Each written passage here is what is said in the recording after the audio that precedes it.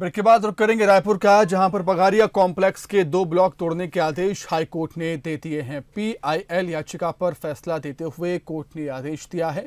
Complex के D25 और 26 block को कोर्ट ने अवैध निर्माण माना है। हाईकोर्ट का यह आदेश अब नगर निगम तक भी पहुंच चुका है, जिसके तहत 1 महीने के अंदर अवैध निर्माण तोड़ने के आदेश दिए गए।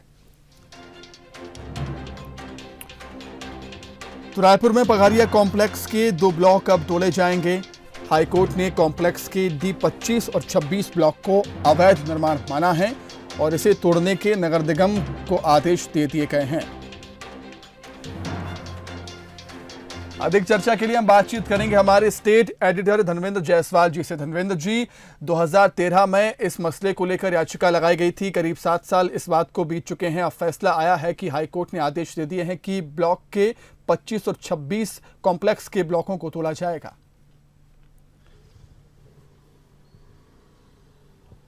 सुमित, देखिए, मामला बहुत पुराना है।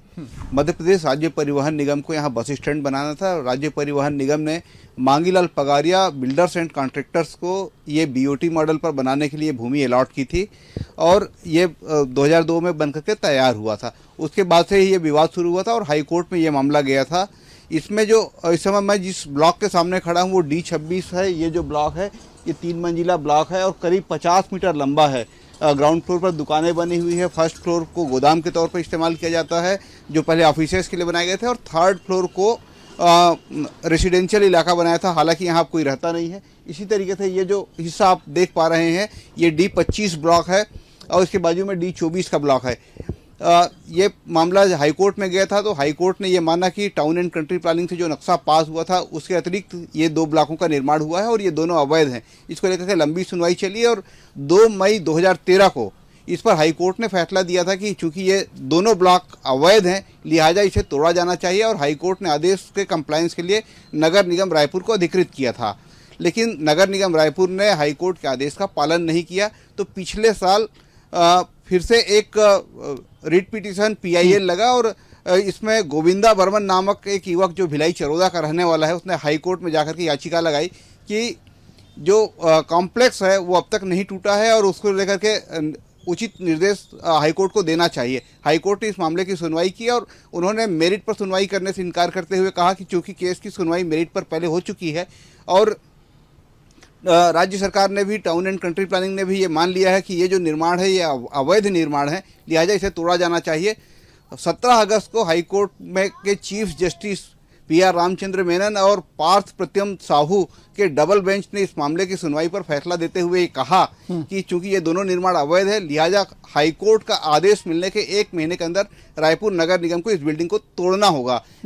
17 अगस्त का आदेश 29 अगस्त को रायपुर नगर निगम को मिल चुका है। हालांकि हमने कमिश्नर नगर निगम से बात करने की कोशिश की, उन्होंने इस मामले वो उपलब्ध नहीं थे। कलेक्टर भी इस समय होम क्वारंटाइन है, वो भी उपलब्ध नहीं थे। लेकिन ये पूरा जो कॉम्प्लेक्स मैं आपको फिर से दिखाना चाहूँगा कि ये जो D26 का ब्लॉक है और इसके बाजू में D25 का ब्लॉक है, ये करीब करीब 50 मीटर लंबा 3 मंजिले का भवन है। इस भवन को तोड़ने के लिए कहा गया है और इसके तोड़ने के लिए जो अवधि निर्धारित की गई है वो केवल 1 महीने की अवधि है।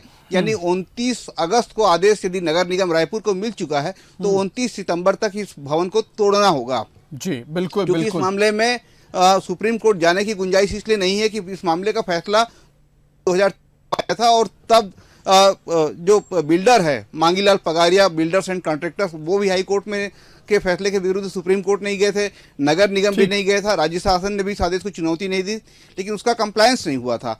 अब उस आदेश के कंप्लायंस के लिए ये पिटीशन लगा था और इस पिटीशन पर ये फैसला आया है।